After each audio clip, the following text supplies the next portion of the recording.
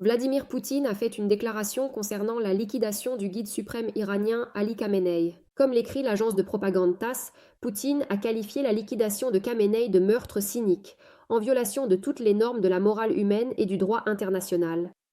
Le dictateur russe a présenté ses condoléances au président iranien Massoud Pezeshkian.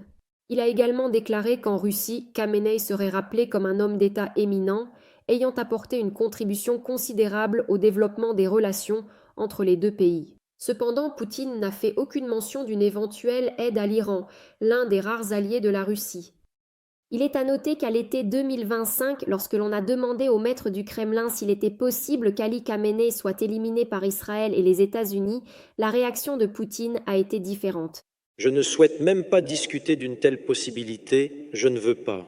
La Corée du Nord condamne également les attaques des États-Unis et d'Israël contre l'Iran. Un représentant du ministère nord-coréen des Affaires étrangères a déclaré « C'est une agression illégale et une violation de la souveraineté nationale. » La haute représentante de l'UE pour la politique étrangère, Kaja Kallas, a écrit sur le réseau X que la mort du guide suprême Ali Khamenei constitue un moment déterminant dans l'histoire de l'Iran. Selon elle, la voie vers un autre Iran est désormais ouverte. La France, l'Allemagne et le Royaume-Uni ont publié une déclaration conjointe du président Macron, du chancelier Friedrich Merz et du Premier ministre Keir Starmer. Le document indique que les trois pays ont constamment appelé le régime iranien à mettre fin à son programme nucléaire, à limiter son programme de missiles balistiques, à renoncer à ses activités déstabilisatrices dans la région et sur le territoire d'autres pays, ainsi qu'à cesser la répression brutale contre son propre peuple. Dans le même temps, le président américain Donald Trump a menacé l'Iran d'une frappe d'une force sans précédent en cas de nouvelle escalade des attaques. La déclaration a été faite sur fond de rapport de Téhéran concernant la préparation d'un bombardement massif, plus puissant que tous les précédents. L'ayatollah iranien Shirazi a déclaré le djihad contre les États-Unis et Israël. Auparavant, le corps des gardiens de la révolution islamique avait déclaré que le 1er mars, l'Iran porterait un coup aux États-Unis et à Israël d'une force qu'il n'avait jamais connue. Le guide suprême de l'Iran, Ali Khamenei, a été assassiné. Comme l'écrit CNN, cela a été confirmé par les médias d'État iraniens.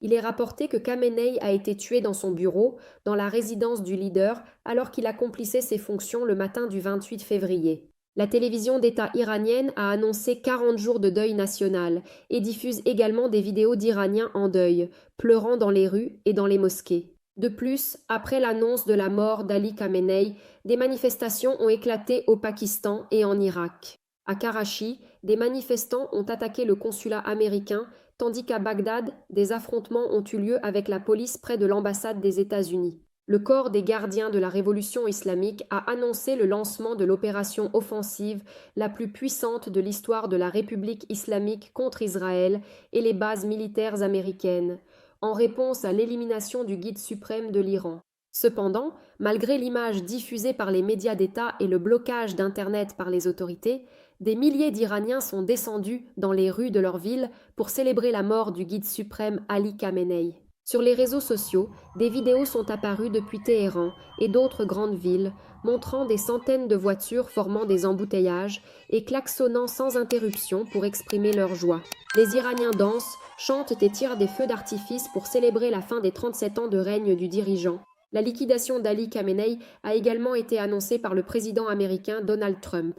Sur son réseau social, il a écrit que Khamenei n'avait pas pu échapper au système de renseignement et de suivi de haute technologie des États-Unis et que l'opération avait été menée en étroite collaboration avec Israël. Selon lui, d'autres dirigeants ont également été éliminés avec le leader iranien. Trump a qualifié cet événement de plus grande chance pour les Iraniens de reprendre le contrôle de leur pays. Pour rappel, le 28 février, une vaste opération militaire des États-Unis et d'Israël contre l'Iran a commencé. Les principales cibles étaient les systèmes de défense aérienne, les complexes de missiles et la résidence de la direction du pays. En réponse, l'Iran a lancé une centaine de missiles et de drones d'attaque visant Israël ainsi que des bases américaines aux Émirats arabes unis, au Qatar et à Bahreïn.